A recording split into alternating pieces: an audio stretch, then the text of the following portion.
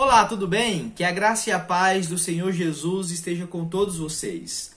Nesse momento eu quero conversar com vocês um pouquinho sobre a importância da reforma protestante do século XVI para a igreja do século XXI. Em 31 de outubro é comemorado por nós, evangélicos e protestantes, o dia da reforma protestante. No ano de 1517, mais precisamente no dia 31 de outubro, o monge alemão e professor universitário Martinho Lutero fixou suas 95 teses ou proposições nas portas da catedral da cidade de Wittenberg, na Alemanha. Aquele ato, bem como o conteúdo daquele documento, originou o movimento conhecido como a Reforma Protestante do século XVI. Esse movimento é considerado por muitos como o mais importante ato de Deus em prol da revitalização e da reforma de sua igreja, desde os dias dos apóstolos. A participação de Lutero foi decisiva, foi de fato muito importante para o início e para os primeiros avanços da reforma protestante naquele século, o século XVI. Mas o movimento continuou a desenvolver-se muito depois da morte de Lutero. Na galeria dos reformadores, nós encontramos homens como João Calvino, Zwinglio, Martin Bucer e tantos outros que abraçaram a causa da reforma. Todavia, para se compreender corretamente a importância da reforma protestante do século XVI para a igreja do século XXI, e sua relevância, evidentemente, para os nossos dias, é necessário considerar sua necessidade e a verdadeira natureza daquela reforma. Então vamos começar falando sobre a necessidade da reforma protestante. Por que foi necessário acontecer a reforma? A reforma se fez especialmente necessária devido à corrupção do cristianismo ao longo dos séculos. Depois da era apostólica, a igreja passou por diversos períodos, e em cada período houve um pouco de corrupção. Porém, nada foi realmente comparado à corrupção da igreja no final do século XV e, claro, início do século XVI. A respeito daquele período em que a reforma aconteceu no século XVI, o teólogo anglicano Alister McGrath, ele descreve esse período dizendo as seguintes palavras: este período foi marcado e caracterizado por uma forma de cristopaganismo. Segundo ele, a religião cristã daquela época era caracterizada por 5 aspectos distintivos. O primeiro aspecto é que aquela época foi marcada por uma verdadeira confusão doutrinária. As pessoas não estavam certas do que criam e nem do porquê criam naquelas coisas. Aquela foi uma época de grandes incertezas, de misticismo e de intensa confusão doutrinária. Um segundo aspecto que fez necessária a reforma é que naquela época havia uma liderança ignorante quanto aos princípios fundamentais do Evangelho e, claro, de toda a Escritura. O clero, para você ter uma ideia, era alvo constante de chacotas do povo devido à sua notável ignorância com respeito à palavra de Deus. Não havia o verdadeiro ensino das Escrituras e, por isso, as superstições dominavam a mentalidade do cristão comum. Uma terceira característica daquele período que fez necessária a reforma protestante foi a superficialidade religiosa. O compromisso e a apropriação pessoal do evangelho era algo raro naqueles dias. Aqueles que, de fato, intencionavam praticar o verdadeiro evangelho mal conheciam as Escrituras. Não havia verdadeiro ensino das Escrituras. E aqueles que se mostravam até mesmo um pouco mais zelosos a respeito da Escritura eram julgados como hereges, inclusive muitos deles sendo queimados na fogueira, como é o exemplo de John Huss, que quase 100 anos antes de Lutero já havia pregado a respeito da importância da palavra de Deus e foi queimado por essa causa. Em quarto lugar, ou como quarta característica, podemos falar da acentuada separação entre o clero e o restante do povo. Os leigos eram desprezados, não sendo vistos como membros efetivos da igreja. Na verdade, eles eram explorados e muitas vezes maltratados pela liderança religiosa da Igreja Católica daqueles dias. Por isso, podemos também dizer que muitos daqueles ali foram levados ao engano por falta de uma liderança que conduzisse o povo de acordo com a palavra de Deus. E em quinto e último lugar, ou como uma quinta característica que mostram a necessidade da reforma protestante, podemos falar da superstição religiosa. A ignorância religiosa resultava da falta de conhecimento das Escrituras e, consequentemente, as pessoas se agarravam a qualquer apelo supersticioso. Como resultado, a igreja daquela época realmente se parecia muito mais com uma instituição pagã do que com uma igreja cristã biblicamente fundamentada. É nesse contexto, é nesse caldeirão religioso e cultural distante das Escrituras que a venda das indulgências, isto é, a venda da promessa de perdão dos pecados mediante pagamento financeiro, que foi um meio pelo qual Lutero começou a olhar os erros da igreja. E ele começou a denunciá-los. Para você ter uma ideia, a tese de número 27 que Lutero levantou contra a igreja dizia basicamente o seguinte: pregam futilidades humanas quantos alegam que no momento em que a moeda soa ao cair na caixa do ofertório, a alma se vai saindo também do purgatório.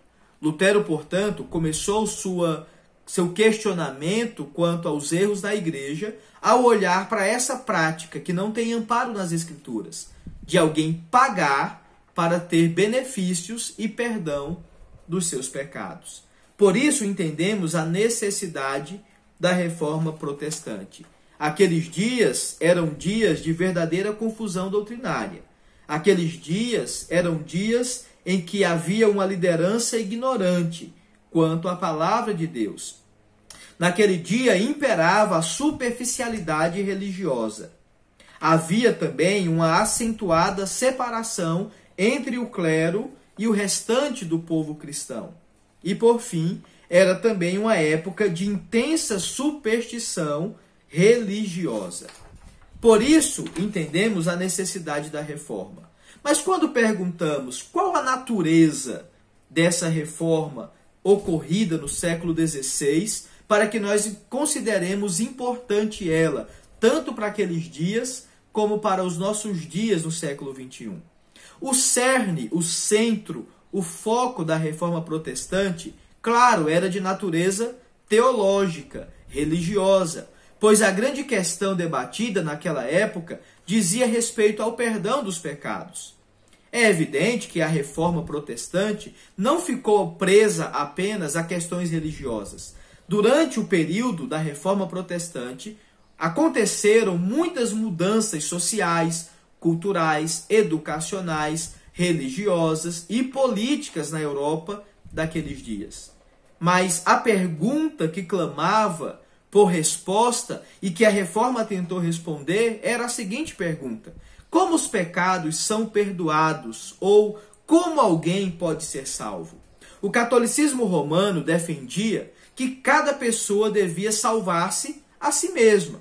Por outro lado, os reformadores defendiam que a salvação era pela fé somente, fundamentados e baseados em Romanos 1:17. Eles enfatizavam a verdade bíblica de que o homem é justificado pela fé, independentemente das obras da lei, conforme Romanos 3:28. Com o passar do tempo, os reformadores resumiram o seu ensino em 5 tópicos, cada um deles ressaltando o evangelho da graça de Deus. Podemos então dizer que, como resumo, os reformadores, eles cunharam algumas pequenas frases que destacavam a importância do evangelho para que alguém entendesse como e por que poderia e deveria ser salvo. Por exemplo, começando pela primeira declaração de somente a graça, a salvação é somente pela graça de Deus. Nada que há no homem pode levá-lo a alcançar o favor de Deus. Nada que o homem realiza pode resultar em méritos para a sua própria salvação. Todas as pessoas estão culpadas e são condenadas por seus próprios atos, pois, como diz a Escritura em Isaías 64, versículo 6, todos nós somos como o imundo, e todas as nossas justiças como trapos da imundícia. Todos nós murchamos como a folha, e as nossas iniquidades, como um vento, nos arrebatam. Então os reformadores entenderam que a salvação é somente pela graça, e a frase específica cunhada para essa verdade era sola gratia. Em segundo lugar, eles destacaram que o sacrifício de Jesus Cristo foi perfeito e é suficiente para a redenção do pecador. Em outras palavras, podemos encontrar salvação somente em Cristo. A frase destacada por eles era solus Christus. A ressurreição de Cristo foi uma prova de que o Pai aceitou o seu sacrifício por todos aqueles por quem Cristo morreu. Pois a Bíblia afirma para nós, em Hebreus 9:24, as seguintes palavras: Cristo não entrou em santuário feito por mãos humanas, figura do verdadeiro, porém no mesmo céu para comparecer agora por nós diante de Deus. Por causa de sua morte, nenhuma dívida permanece para ser paga por seus discípulos. Isso contraria, entre outras coisas, o ensino católico romano de que há um purgatório, no qual os cristãos que ainda têm algo a pagar diante de Deus são enviados para lá depois da morte para passarem por um período indeterminado a fim de purgarem o restante de seus pecados e falhas. O texto sagrado, portanto, nos ensina que o sacrifício de Cristo é suficiente, perfeito e, claro, é capaz de nos produzir redenção. Por isso, os reformadores, eles entendiam que a salvação era somente pela graça, unicamente em Cristo Jesus. Em terceiro lugar, os reformadores também enfatizaram que somente pela fé o cristão pode desfrutar das bênçãos da salvação concedidas por Cristo. E a frase cunhada para essa verdade foi sola fide. O justo vive pela fé e continua crendo nas promessas feitas por Deus que são registradas em sua santa palavra. A condição para a salvação continua sendo crer no Senhor Jesus e será salvo tu e a tua casa. Pois a fé vem pelo ouvir, e o ouvir a palavra de Cristo. Todos nós somos salvos unicamente pela fé, conforme diz Atos 16:31, aqui já citados. Podemos então dizer que a salvação é somente pela graça, unicamente na pessoa de Cristo, no qual, única e exclusivamente, o crente deposita a sua fé. Em quarto lugar, os reformadores também enfatizaram o propósito da existência humana, que é viver em comunhão com Deus e completamente para a sua glória. A frase cunhada pelos reformadores para descrever ou resumir essa verdade é soli Deo gloria. Somente a Deus seja a glória. Sem a comunhão com Deus, a existência humana se torna desesperadora, vazia e desprovida de significado. Deus criou o homem para ser a sua imagem e para refletir nesse universo criado a sua glória. O coração do homem só encontra descanso quando de fato descansa na pessoa de Deus. A vida do homem, em tudo o que ele faz, é voltada para a glória de Deus. Em 1 Coríntios, capítulo 10, verso 31, nós encontramos o apóstolo Paulo descrevendo esse propósito, ao dizer: quer comais, quer bebais ou façais outra coisa qualquer, fazei tudo para a glória de Deus. Por isso podemos aprender que a salvação é somente pela graça, sola gratia. A salvação nos encaminha a entender que o sacrifício de Cristo foi perfeito e suficiente para a redenção do pecador, solos Christus.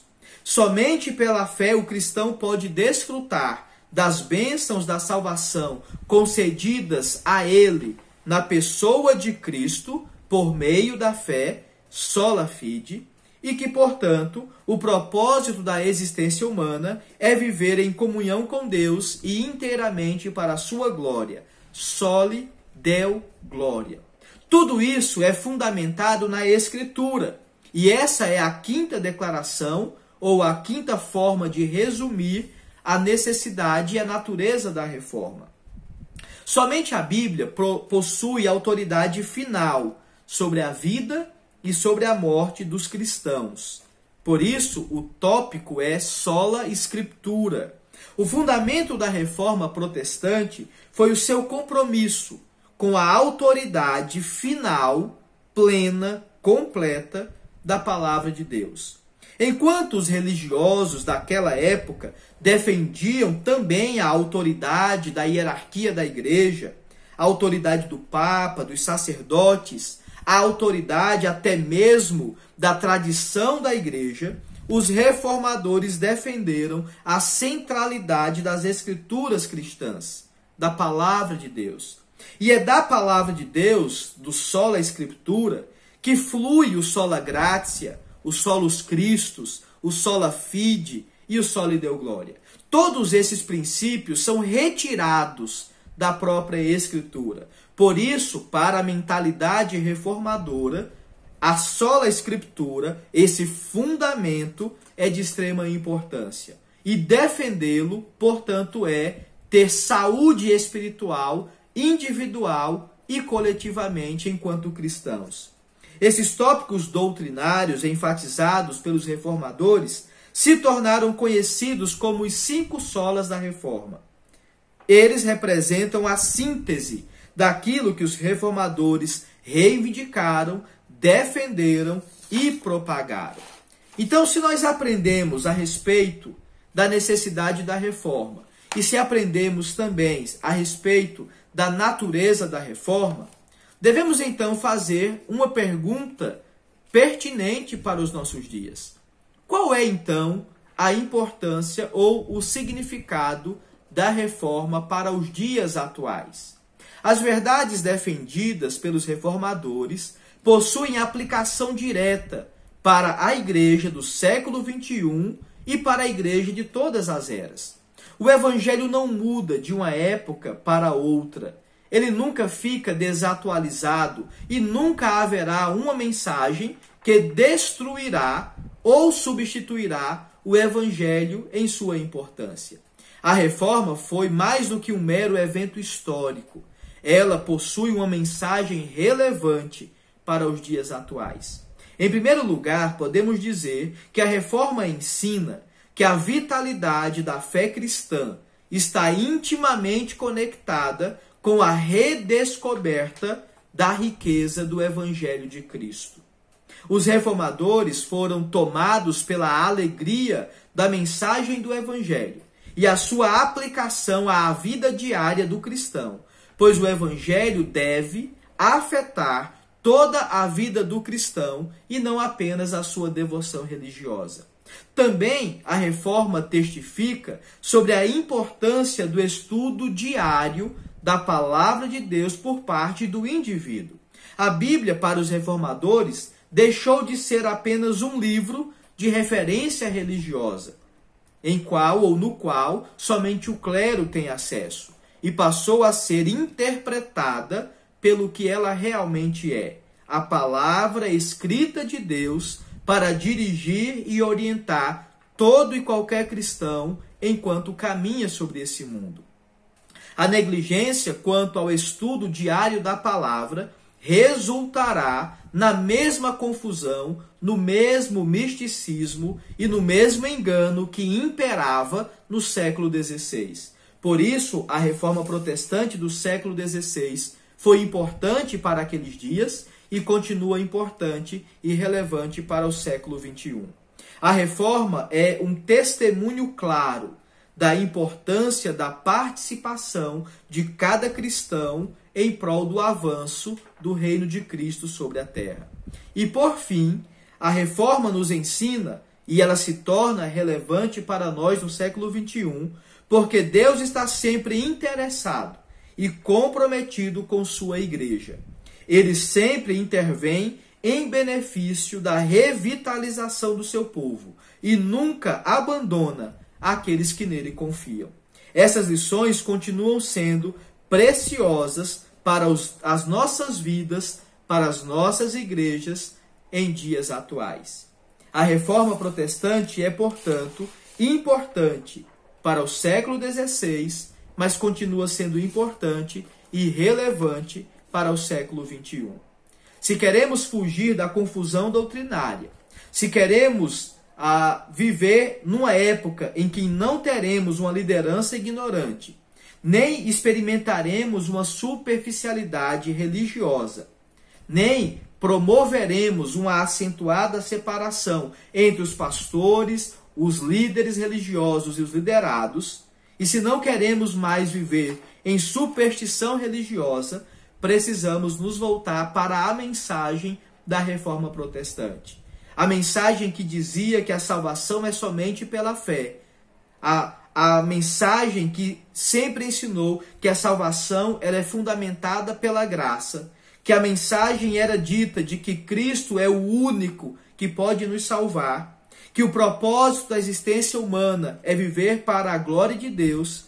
E que somente as Escrituras são a importância final para aquilo que cremos, para aquilo que devemos ensinar. Aí sim viveremos de forma a agradar a Deus, resgatando em nossos dias os princípios, os fundamentos que levaram ao início da Reforma Protestante. Meu amado irmão, minha amada irmã, não importa qual seja a origem religiosa que você tenha, todos nós concordamos, se somos cristãos de fato, que a Reforma foi importante para aqueles dias e continua sendo importante para os nossos dias. Que com essa mensagem nós possamos resgatar em nossa própria vida e vivência espiritual no tempo presente a beleza e a importância do que foi a Reforma do século XVI. E que possamos replicá-la e fazê-la reverberar em nossos dias, tão necessitados de uma nova reforma. Que Deus assim, portanto, nos abençoe com essas palavras, nos conduzindo e nos direcionando à sua palavra, é o meu desejo e é a minha oração no nome de Jesus. Amém. Que Deus abençoe a todos, em nome de Jesus.